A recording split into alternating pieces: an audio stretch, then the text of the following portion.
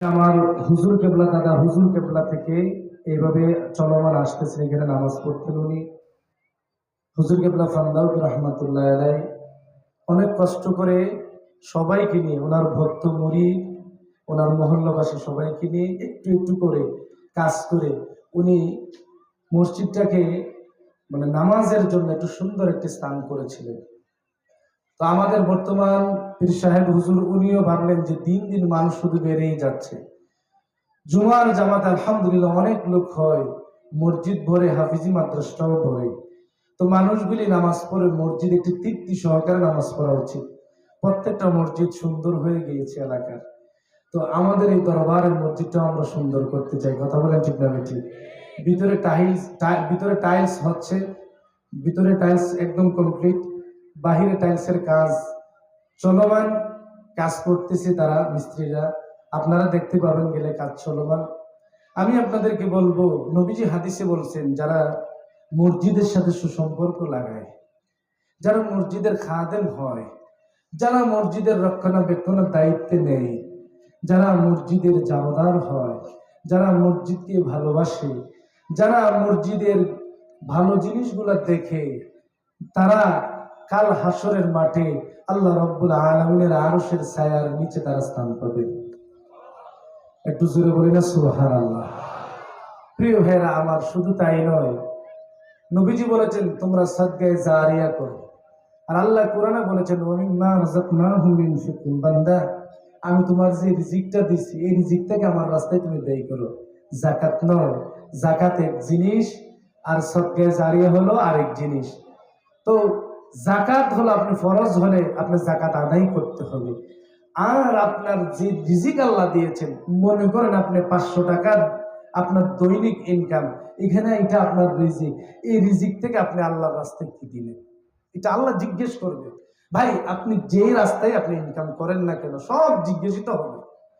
আপনি দুনিয়াতে আসছেন, আবার দুনিয়া থেকে চলে যেতে হবে, এটাই বাস্তব, এটাই কি বাস্তব। এই পরকালের অ্যাকাউন্ট সাদকায়ে জারিয়ার অ্যাকাউন্ট, নবীজি বলেছেন যে পরকালে অ্যাকাউন্টগুলি তোমাদের বিপদে কাজে আসবে। দুনিয়াতে একটা মানুষ জীবিত অবস্থায়, আসমানে নবীজি বলেছেন এক একটা মানুষের জন্য দুইটা দরজা খোলা, একটা হলো রিজিকের দরজা, আরেকটা হলো তার আমলের দরজা। লোকটা যখন মৃত্যুবরণ করে সাথে সাথে দুইটা দরজা বন্ধ হয়ে যায়। এই ব্যক্তির মতো অসহায় আর কেউ পৃথিবীতে নাই। যেই ব্যক্তিটা দুনিয়া থেকে বিদায় নেয়, তার যশ খ্যাতি কম ছিল না, তার টাকার অভাব ছিল না, কোটি কোটি মিলিয়ন মিলিয়ন টাকার মালিক ছিল, তার বিল্ডিং ছিল, তার বাড়ি ছিল, তার গাড়ি ছিল, তার যশ ছিল, খ্যাতি ছিল, সব ছিল। কিন্তু আল্লাহর কি কুদরত বোঝা যায় না যে লোকটি তো একা একা শূন্য হাতে চলে যাচ্ছে। সাদা পুরুষ 3টা কাপড়ের টুকরা পরে খালি হাতে তাকে খাটের উপর শুয়ে কবরের দিকে নেওয়া হয়। ও ভাই, এই সম্পদ কার জন্য রেখে গেলেন? সন্তানের জন্য রেখে গেলেন। সন্তান তো বাবার সাথে যায় না, যায় নাকি? সন্তান তো বাবার সাথে যায় না, মার সাথে যায় না, নিজে নিজে একা একা কবরে যাবেন। এই কবরের সাথী হলো আপনার সাদকায়ে জারিয়া। সুতরাং আমরা মসজিদের জন্য আপনাদের কাছে বিনয়ের সাথে বলবো, ঐতিহ্যবাহী ফান্দাউকের মসজিদের জন্য আপনারা মুক্ত হস্তে ফি সাবিলিল্লাহ, আল্লাহকে খুশি করার জন্য, রাজি করার জন্য দান করতে রাজি আছেন তো? রাজি আছেন তো?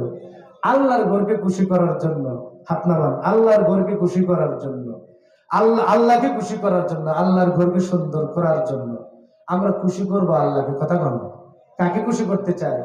আল্লাহকে খুশি করতে চাই। আল্লাহর ভালোবাসা, নবীজির ভালোবাসা অর্জনের জন্য আমরা ফি সাবিলিল্লাহ মসজিদে দান করব। আপনাদের কাছে আমাদের মসজিদের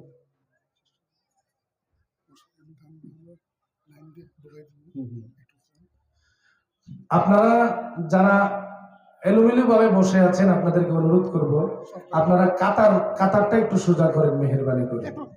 আমরা একটু কষ্ট করে দাঁড়াই, সকলেই দাঁড়াই, কাতারটা সোজা করতে পারবে। যারা একটু বাইরে আছে একটু ভিতরে ঢোকেন, যারা বাইরে আছে একটু ভিতরে ঢোকেন না, আর সফট ফিল করেন।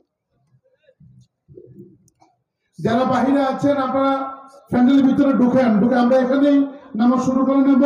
আপনারা সফট মিল করেন, আর প্রত্যেক সাইড দেখেন আপনার পায়ের দাগ ঠিক আছে কিনা, পায়ের দাগ ঠিক আছে না কিনা লক্ষ্য করুন।